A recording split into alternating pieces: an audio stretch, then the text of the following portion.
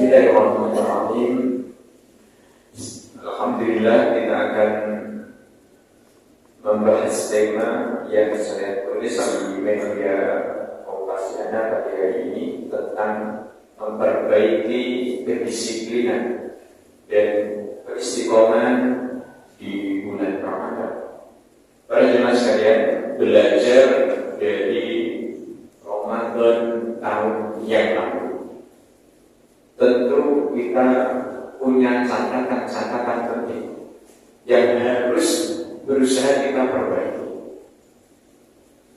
Catatan-catatan ini jika kita rinci dengan detail, maka akan terlihat, oh ternyata saya tahun kemarin kurang saya di sini.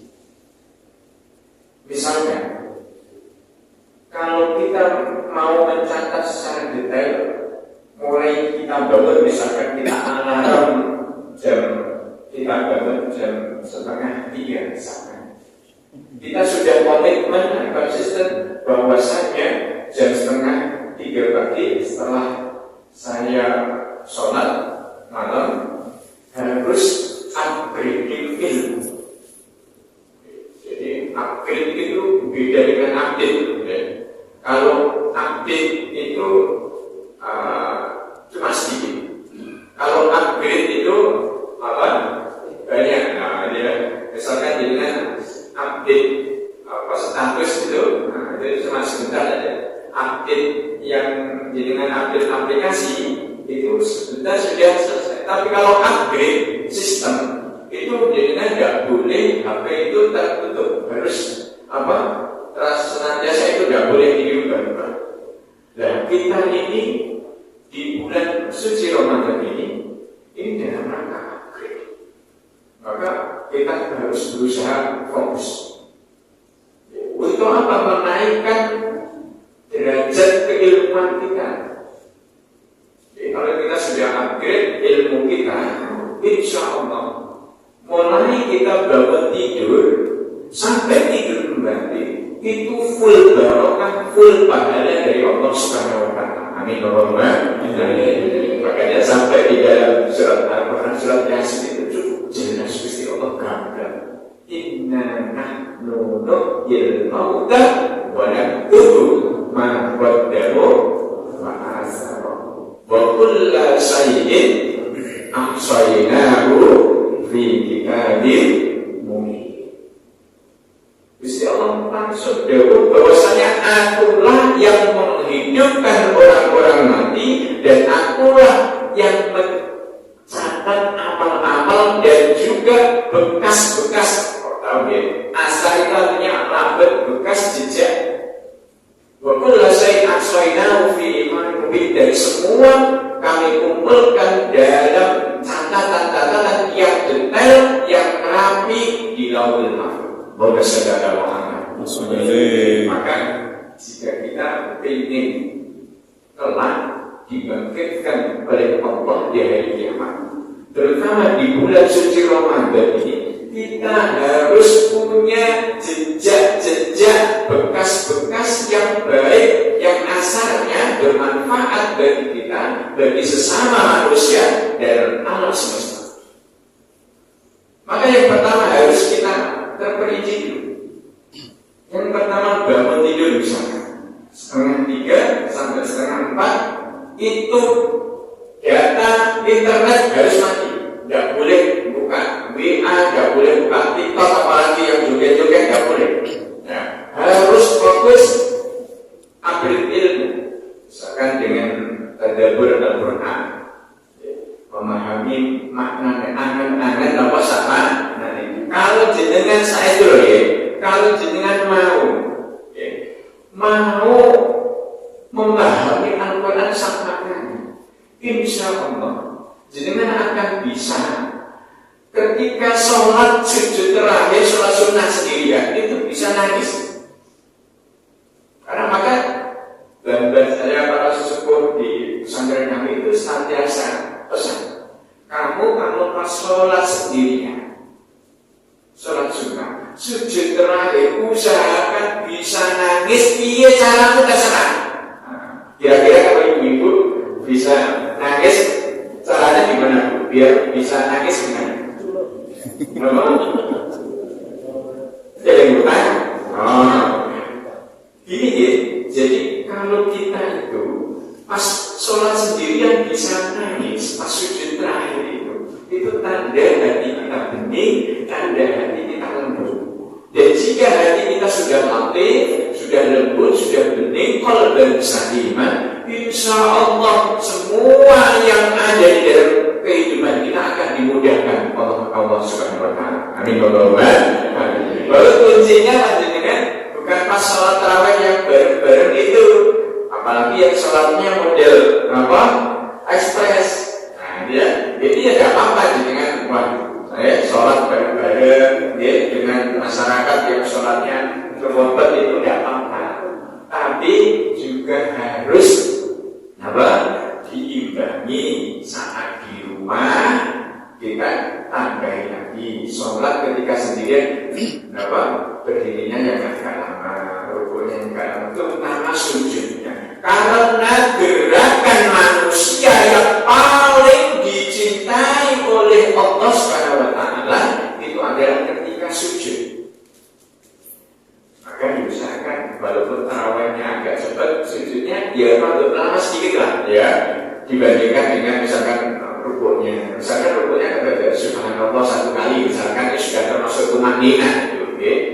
Ini kalau bisa, kalau sujudnya ditambahin lah Subhanallah, Subhanallah, Subhanallah, itu sudah luar biasa itu. Okay? Kalau di kampung loh ya, kalau yang biasa Allahu Akbar itu kan kalau jenengan okay, nanti di rumah bisa menikmati sujudnya dengan nikmat, dengan bisa menangis ketika sujud terakhir, ilik dosa-dosa, ingat dosa-dosa, kemudian menangis itu yang namanya bekas sujudnya kelak akan menjadi saksi di hadapan Allah Subhanahu Wa Taala. Amin Allahumma amin. Maka asbabun nuzulnya jauhnya istighfar ini adalah ketika dari Bani Salimah itu sowan kepada Rasulullah, mengeluhkan perihal rumahnya yang jauh di pelosok jauh dari Masjid Nabawi. Ya Rasul, bagaimana ini? Kok kami sholat jamaah tempat kami jauh, harus jalan kaki panjang. Kemudian langsung diapresiasi Allah dengan ayat ini bahwa setiap bekas langkah kaki kanan, kaki kiri kelak itu akan menjadi saksi di hadapan Allah Subhanahu Wa Taala. Maka jejak-jejak langkah kaki maupun jejak-jejak digital macam ini, itu usahakan jejak-jejak bekas-bekas yang baik. Karena apa? Satu komentar positif saja ketika kita sudah di alam barzakh, kita sudah meninggal dunia, ada orang yang komentar positif saja tentang kita, maka saat itu pula, detik itu pula transfer pahala, catatan kebaikannya langsung tambah. Maka usahakan kita saat hidup di dunia kepada siapapun, dimanapun, kapanpun, usahakan berusaha berbuat baik. Karena yang tadi, ketika ada satu orang saja yang komentar kepada kita, padahal kita sudah di alam barzakh, maka saat itu pula langsung transfer pahala otomatis. Alhamdulillah, ya Allah, nikmatnya Islam. Ya. Maka dan juga ini dawuhnya Imam Syafi'i, hafidhu alal a'mali sholihati qabla al-mauti, dan kalau fa inna dzakral insan hayatus. Jagalah amal-amal kebaikan, amal-amal soleh sebelum kamu mati, maka amalmu itu akan sering disebut oleh orang lain manusia. Maka ketika amalmu itu disebut, kamu seperti hayatus sani, seperti punya kehidupan yang kedua. Orangnya sudah mati, tapi pahalanya terus mengalir. Itu namanya hayatus sani. Maka seorang muslim mukmin yang cerdas harus punya prinsip, saya boleh mati, namun mesin pencetak pahala tidak boleh berhenti. Hidup saya boleh berakhir, namun sumber pahala harus terus mengalir. Jasad saya boleh dikubur, namun ladang pahala harus tetap subur. Dan yang terakhir, roh saya sudah di alam barzakh, namun catatan pahala harus terus bertambah. Allahumma shalli ala Muhammad. Ingat ya, 4 prinsip tadi. Boleh mati, namun punya mesin pencetak pahala yang tidak boleh berhenti. Kita hidup boleh berakhir, namun pahala harus terus mengalir. Kemudian yang ketiga, jasadnya boleh dikubur. Beda ya, kalau jasad itu dikubur, kalau roh itu di alam barzakh. Maka harus bisa membedakan jasad dan roh. Roh itu walaupun beda tempat kuburannya, yang satu di Surabaya, di Makam Rangkah misalkan, yang satu di Jombang, Nganjuk, Ngawi, Madura dan lain sebagainya. Walaupun pisah secara fisik kuburannya, tapi alam barzakh ini kalau imannya, frekuensinya sama, tetap ketemu. Makanya jangan tidak usah susah-susah. Misalkan berwasiat, besok kalau aku mati, tolong di pinggirnya siapa misalkan biar saya bisa dekat. Itu kalau walaupun dekat pinggirnya pas, tapi kalau amalnya beda, yang satu rajin sholat, satu puasa, yang satu tidak sama sekali, walaupun dapat pas tuh, itu tidak ketemu.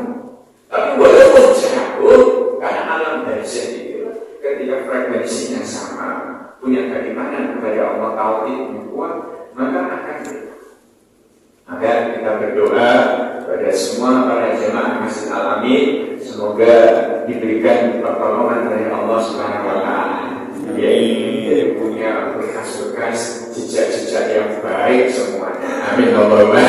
Apalagi di bulan suci Ramadan, pada kita semua, ya Allah, tidak semua orang umurnya bertemu dengan bulan Ramadan. Bahkan mungkin adik-adik kita yang lebih umurnya belum tentu seperti kita tidak bertemu dengan bulan Ramadan. Termasuk dengan adik saya, itu bulan Rajab tidak ketemu bulan Ramadan. Dan itu maka kita harus memaksimalkan ini. Karena kalau tidak kita maksimalkan, maka kita akan termasuk orang yang rugi. Maka bulan Ramadan tahun ini harus lebih baik daripada Ramadan tahun lalu. Amin Allahumma. Gimana kita akan tahu ini harus lebih baik? Ya lewat catatan-catatan kita. Maka buku catatan, misalkan buku catatan saya ini yang tahun lalu ada.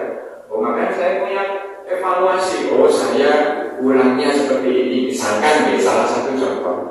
Tidak boleh sudah tertulis di buku catatan saya agendanya jam 7 malam sampai jam 9 itu selain tarawih dan tadarus Al-Quran, tidak boleh.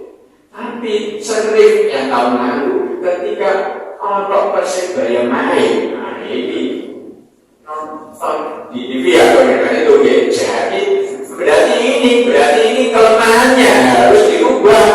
Gitu ya. Ini kalau kenapa? Kalau tidak diubah, tahun ini bisa bubrah lagi. Tahu bubrah bukan? Bubrah itu dalam bahasa Indonesia adalah apa? Buyar. Sarut marut. Dalam bahasa Indonesia bubrah itu apa? Sarut marut. Yang sudah agendanya. Maka acara-acara yang bersifat temporal, yang insidental itu yang tiba-tiba datang dan itu tidak penting, itu ya harus kita berani menolak. Kalau tahun yang lalu misalkan termasuk jam olahraga, misalkan setengah jam minimal harus olahraga dan bersembur matahari. Ketika misalkan ada tonggo tetangga itu kan macam-macam dijak Mojokerto misalnya. Ya, yun saya saya kalau dengan mau, saya tak olahraga dulu bersyukur matahari setengah jam, dengan boleh ngajak saya ke Mojokerto. Nah, ya. Itu harus berani. Kalau tidak itu ya bubrah lagi jadwal kita. Nah, ya. Maka ini yang pertama, untuk memperbaiki puasa Ramadan tahun ini kita harus secara detail mulai bangun tidur sampai tidur lagi. Misalkan nanti kok ada yang blesetnya, tadi nanti sebelum tidur jam 10 kita sudah muhasabah, kita evaluasi. Oh ternyata saya tadi baca Qurannya tidak sampai 1 juz. Dalam sehari ini tadi misalkan tidak sampai 1 juz. Makanya evaluasi apa? Tadi dievaluasi lagi. Oh ternyata ada gangguan-gangguan yang sifatnya langsung datang sendiri. Kemudian yang kedua, agar Ramadan kita ini lebih baik, kita harus meningkatkan kualitas ibadah. Jadi kalau secara ilmu fikih yang kita sudah ngaji fikih, karena ibu-ibu bapak-bapak ngaji dengan saya dulu, ngajinya di sini ngaji fikih. Kalau yang membatalkan puasa jelas makan, minum, berhubungan suami istri, muntah dengan sengaja, itu kan ngaji fikih. Itu kan yang membatalkan puasa, tapi harus naik levelnya. Yang membatalkan pahala puasa juga kita harus tahu. Maka mulai pandangan mata, telinga, mulut, tangan, hati harus kita jaga. Ya, yang bapak-bapak, ini ngasih bapak-bapak dulu harus hati-hati. Misalkan jangan di jalan ada perempuan, anak muda yang katoan, yang katoan bandek itu namanya katoan apa? Terus pokoknya katoan bandek. Itu harus dengan berusaha sekuat tenaga untuk segera lemos. Kalau yang pertama itu rezeki, alhamdulillah. Kalau jadinya terus alhamdulillah wala ilaha illallah. Nah ini jadi musibah. Nah ya, ini karena bisa merusak pahala. Kalau puasanya tidak batal Pak, tapi merusak pahala puasa. Sekarang turun lagi ke mulut berarti saya ada ibu-ibu. Nah, ibu-ibu ada amalan yang itu menjadikan puasa kita dengan hanya dapat IF saja, tidak dapat pahala. IF itu apa? Biasa pokoknya nonton biasa saya lagi dipakai untuk yang pengen langsing-langsing itu kayak itu kan dengan al-ghibah. Ghibah itu bahasa Jawanya apa? Ngrasani. Dengan betul Bu ya. Ngrasani itu dalam bahasa Indonesia adalah membicarakan keburukan apa orang. Ibu Bu ya. Eman-eman pahala puasanya ya, maka diusahakan. Kemarin saya sholat di Haji Mustafa Bisri di Rembang Selatan demi jasa sak ngangguri cangkem usahakan maca sholawat. Sholawat terserah gelap ya, sholawat sing paling endek saya diijazahi Mbak Marzuki, Mbak Idris, guru saya di Lirboyo, beliau sholawat yang paling pendek sholawat Jibril sallallahu alaihi wasallam. Pokoknya sangat beri canggung daripada tinggung sani. Ngadat dulu ya. Insya Allah ibu-ibu paham. Mulai Ramadan tahun ini gak perasaan belas. Alhamdulillah. Amin Allahumma. Amin. Bapak-bapak yang ada, insya Allah mulai Ramadan tahun ini kalau buka TikTok yang pengajian, bukan ibu-ibu, bapak yang joget-joget. Amin Allahumma. Yo apa ya harus berubah daripada tahun yang kemarin. Tangan juga sama, tangan dijaga. Kalau fisik menempel jarang. Sekarang sekarang itu bisa menyakiti hati orang lain secara verbal lewat komentar-komentar yang menyakiti hati di media sosial. Facebook, Instagram, Twitter, almarhum Twitter berganda apa ya, dan lain sebagainya. Atau mengenai dengan ada yang berstatus dengan membuat hati sakit orang lain, itu juga sama. Tangan juga dijaga. Maka puasa Ramadan ini jika kita pahami dengan full keilmuan, insya Allah kita akan keluar dari bulan Ramadan ini benar-benar sesuai harapan dalam Al-Quran. Harapannya Allah Azza wa Jalla, la'allakum tattaqun. Jadi tujuannya puasa ini agar kita semakin bertakwa kepada Allah Subhanahu wa Ta'ala. Maka yang terakhir, maka koridornya, punya koridor. Ada bingkai ini. Jika kita ingin puasa kita itu betul-betul berhasil, maka tidak boleh lepas dari tiga ini. Yang pertama, akhlak kepada Allah Subhanahu wa Ta'ala. Yang kedua, akhlak kepada sesama manusia. Dan yang ketiga, akhlak kepada alam semesta. Jadi orang yang puasanya berhasil itu otomatis hubungannya kepada Allah pasti bagus. Hubungannya kepada sesama manusia pasti bagus. Dan hubungannya kepada alam semesta pasti bagus. Hubungannya kepada Allah bagus gimana? Ya ketika sendirian bisa meneteskan air mata ketika bersujud. Ketika tadabbur, ngangen-ngangen Al-Quran, bisa merasakan getarannya. Itu hubungannya kepada Allah bagus. Sehingga Ramadan ini nanti 11 bulan ke depan, kalau ini upgrade-nya ini berhasil, maka 11 bulan setelah Ramadan ini akan merasakan dampaknya. Termasuk misalkan sel-sel dalam tubuh kita. Jika kita menggunakan sarana Ramadan ini dengan bagus, maka kita perkajaan sel yang luar biasa.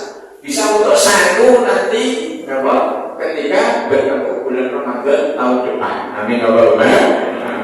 Tapi ya, kalau kita ngawur saja, kalau pas buka saja semua diberada, mah ya, pokoknya wal kedua yang penting apa?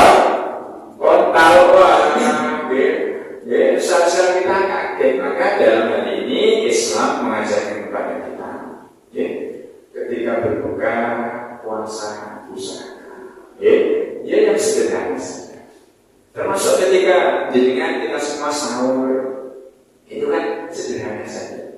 Jenengan sahur nasi 1 piring, jenengan bedakan, atau jenengan coba nanti besok pagi jenengan bedakan dengan sahur 3 kurma saja. Nanti jam 12 malam, jam 12 siang, itu lebih lapar mana? Ya, makan nasi 1 piring ketika sahur dengan 3 kurma. Itu jangan lagi. Karena tadi dalam ilmu itu sudah dikaji Nabi, kenapa kok berbuka misalkan dengan kurma, atau misalkan neng Jawa ya misalkan kurma Jawa ya sagu dan lain sebagainya, ya itu luar biasa. Tapi kalau pertama yang langsung disikat adalah gorengan, kemudian ya Allah dan lain sebagainya, maka peremajaan sel-sel kita pada bulan Ramadan tahun ini tidak asing. Maka yang diabetesnya tidak turun. Yang gula darah tinggi atau hipertensinya pancet wae. Kemudian asam urat ya enggak turun. Kemudian kolesterol juga. Padahal bulan Ramadan 1 bulan ini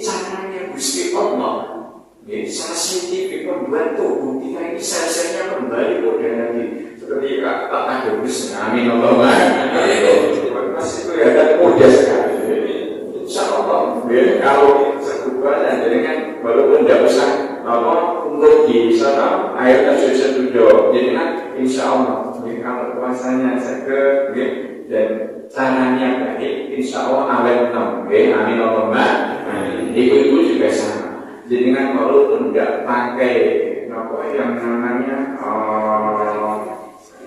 skincare, cuma sakit pakai face care, itu dengan ludah, itu walaupun tidak pakai face care, apa skincare yang macam-macam, dengan insya Allah awet muda. Amin Allahumma. Yang asal dijaga, puasanya dijaga, kalau bakal wudhu lagi, maka kalau orang menjaga kesucian di bulan Ramadan, wudhunya dijaga, kemanapun itu hidupnya akan diberkahi oleh Allah Subhanahu wa Ta'ala. Amin Allahumma. Maka dengan setiap habis wudhu, apapun yang jenengan lewati itu mendapatkan barokah dari Allah.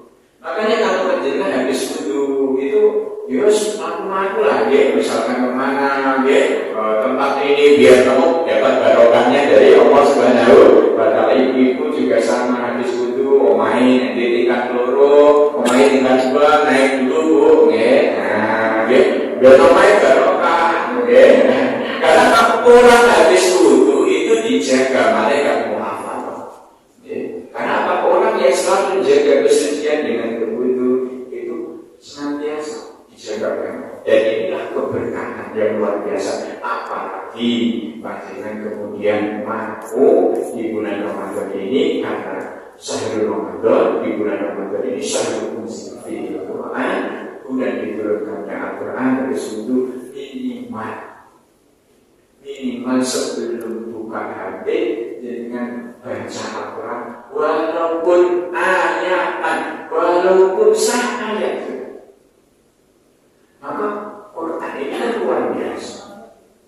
Panjenengan kita kalau mengandalkan syafaatnya Kanjeng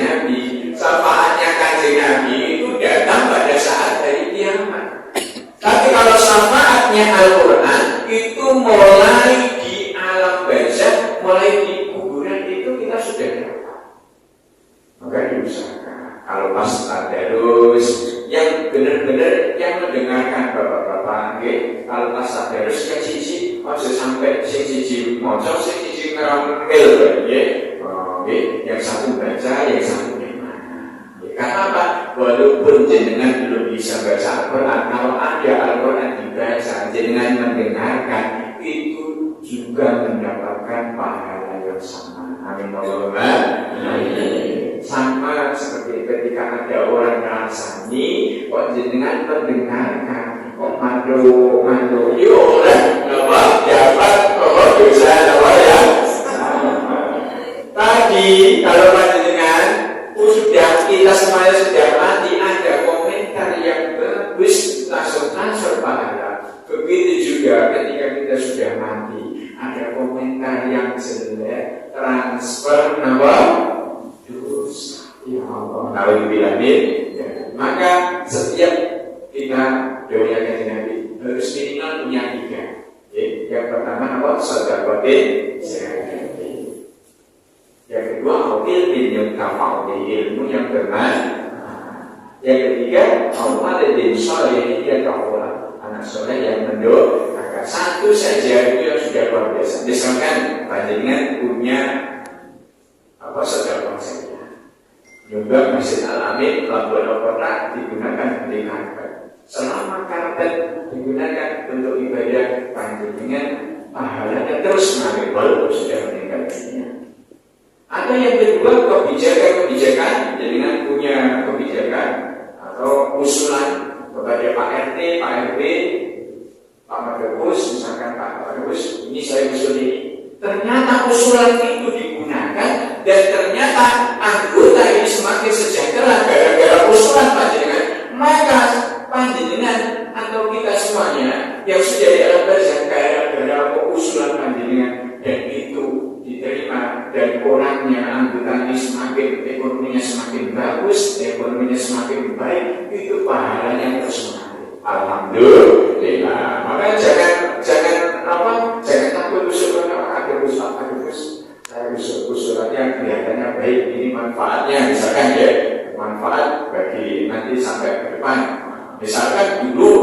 di sini misalkan belum ada kantin, ya misalkan ya. Kemudian ada kantin, kemudian siapa yang usul itu, kemudian ternyata kantin itu bermanfaat ya bagi orang banyak. Nah itu walaupun mereka sudah pensiun dan sudah dalam barisan, pahalanya terus mengalir. Alhamdulillah. Nah, gitu ya. Jadi sudah jam 9, alhamdulillah ya. Sebelum saya buka pertanyaan, saya dulu baca dulu pertanyaan dari para jamaah. Bismillahirrahmanirrahim. Ustaz, bagaimana hukumnya orang yang puasa tapi tidak zakat fitrah? Ini puasa dan zakat fitrah itu dua kewajiban yang berbeda. Jadi orang yang puasa kemudian dan zakat fitrah, ya dia dosanya dosa karena ada zakat saja. Ya puasanya tetap sah.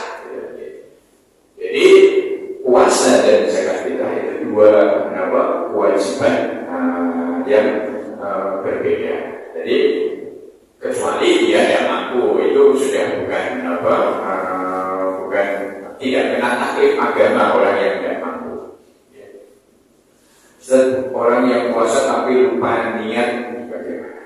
Ya ini kalau dalam fikih Syafi'i yang kita ngaji, orang puasa lupa niat maka puasanya tidak sah, tapi tetap siangnya tidak